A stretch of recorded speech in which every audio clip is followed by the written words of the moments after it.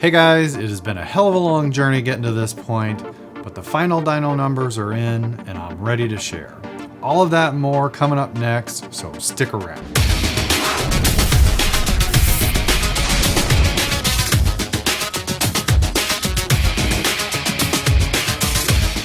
I couldn't have imagined how many factors would be involved in what appears to be a pretty straightforward project. Last year, when I put new pipes on the Ninja 650, it was a one-day project and everything went just fine. I never could quite get over the disaster that video was, so this time around I wanted to make sure that every detail was captured. This time, I wanted to find out if new pipes would influence the power of the Ninja 1000. I also wanted to find out if putting an air filter in or high flow air filter would affect performance. Most importantly though, I wanted to make sure I was not damaging the vehicle by running it too lean. Guys, this project was not cheap. I think I saved quite a bit of money by some of the choices I made, but if you are considering performing any or all of the items that I did on your Ninja 1000, consider the following. The stock dyno run cost me $75 and took roughly a couple of hours of my time. The Black Widow full exhaust system cost $612 shipped to my door, which I consider the best deal in this whole project. And considering the cost of even slip-ons from just about anyone else, Black Widow represents a tremendous value. They're built extremely well, they sound amazing, and I highly recommend this exhaust system to anyone looking. The K&N KA1111 High Flow Performance Air Filter costs $50 on Amazon, and so far I have no complaints. I'm not sure if it made any material improvements to the performance of the bike, but I do not think it hurts the bike, and most people I've spoken with recommend this type of filter in virtually any circumstance.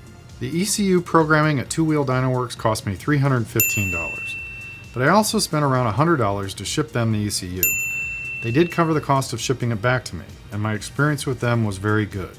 They responded to all of my emails promptly, answered all of my questions so that even I could understand them, and the results were good, but I'm going to cover that in more detail here shortly. The final dyno run cost me another $75, bringing the grand total to $1,227. That is a lot of duckies, my friends. But let me say this, the Akrapovic 4-in-1 stainless steel system with carbon fiber silencer retails on Revzilla and other sites for over $1,300. The Akrapovic carbon fiber slip-ons for the Ninja 1000 cost $1,249, and most slip-ons for this bike from Two Brothers, Aero, Delcovic, and others cost more than the full system I purchased from Black Widow. There are some notable exceptions like the Urban Brawlers from Vance & Hines, but guys, my point is that this can get very expensive very quickly, so make sure you prioritize your objectives before heading down this rabbit hole. So as you may recall from the stock dyno video I did a few weeks ago, my 2018 Ninja 1000 with no modifications whatsoever came in at roughly 118 horsepower at the rear wheel, 71 pounds of torque at 7,500 RPMs.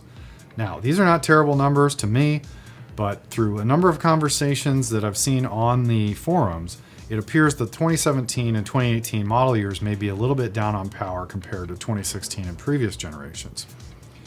Another factor to consider for those results is that my bike only had about 600 miles on it, so it wasn't fully broken in at the time.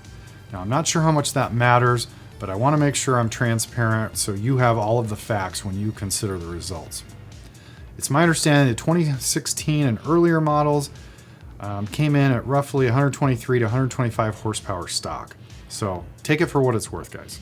Okay, so after over $1,000 in modifications, just how did my bike do on the dyno? That's why you're watching this video, right? So let's get to it. I took my bike back to the same dyno, and weather conditions were pretty close. It was another hot and humid day, and the conditions in the shop felt exactly the same to me. The bike had roughly 900 or so miles on it this time around. I had a new exhaust on it, a new air filter, and my ECU had just been flashed to turn off all the emission controls which squeeze its hands around the neck of these motors. I even modified the airbox to block the pair valve, and I thought the bike was running great. In fact, it was running great. It was smoother, throttle response was much improved, and the bike, based on what I was seeing on the dash, was running cooler. When he pulled the throttle on the dyno, it sounded awesome.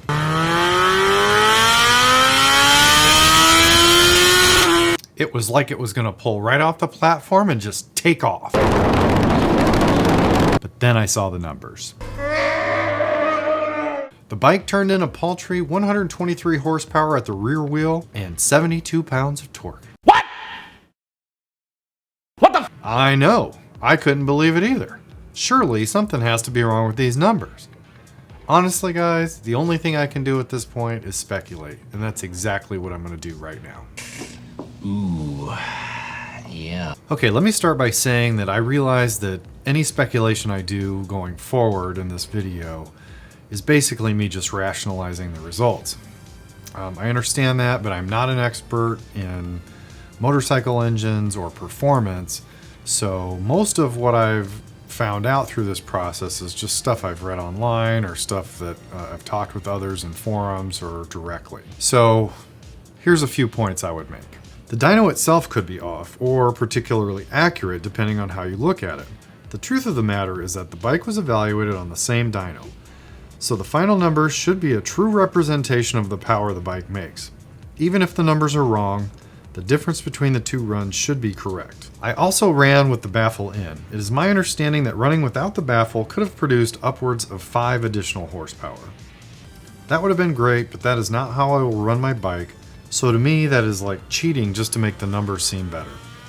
I don't know how many additional horsepower I could have gotten without the baffle, but several people on the forum mentioned it, so I'm giving you that information. The bike may not be fully broken in.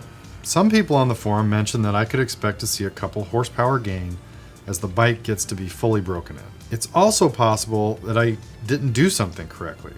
I will say that I followed every instruction I can find on this process. From getting the ECU flash to plugging the pair system, everything has worked as I expected it to. With the ECU flash, I was able to remove the O2 sensor without creating any errors, so there is no doubt that the emission system has been disabled. I had a lot of crackling and popping after the ECU flash, but I was able to resolve that by blocking the pair valve, and it completely went away. So from my perspective, all modifications happened with no negative impact to the way the bike ran, and so far as I can tell, it continues to run great. So I guess the results are a little anticlimactic, but there's really nothing I can do about that except report the truth of what happened when I put the bike on the dyno. I have to admit that the night I ran the dyno, it was very disappointing to me and I was pretty upset about it. But after having some time to kind of consider everything, I'm really not that angry about it anymore, and let me tell you why. When I set out to put new pipes on this bike, my primary objective was to make the bike sound good.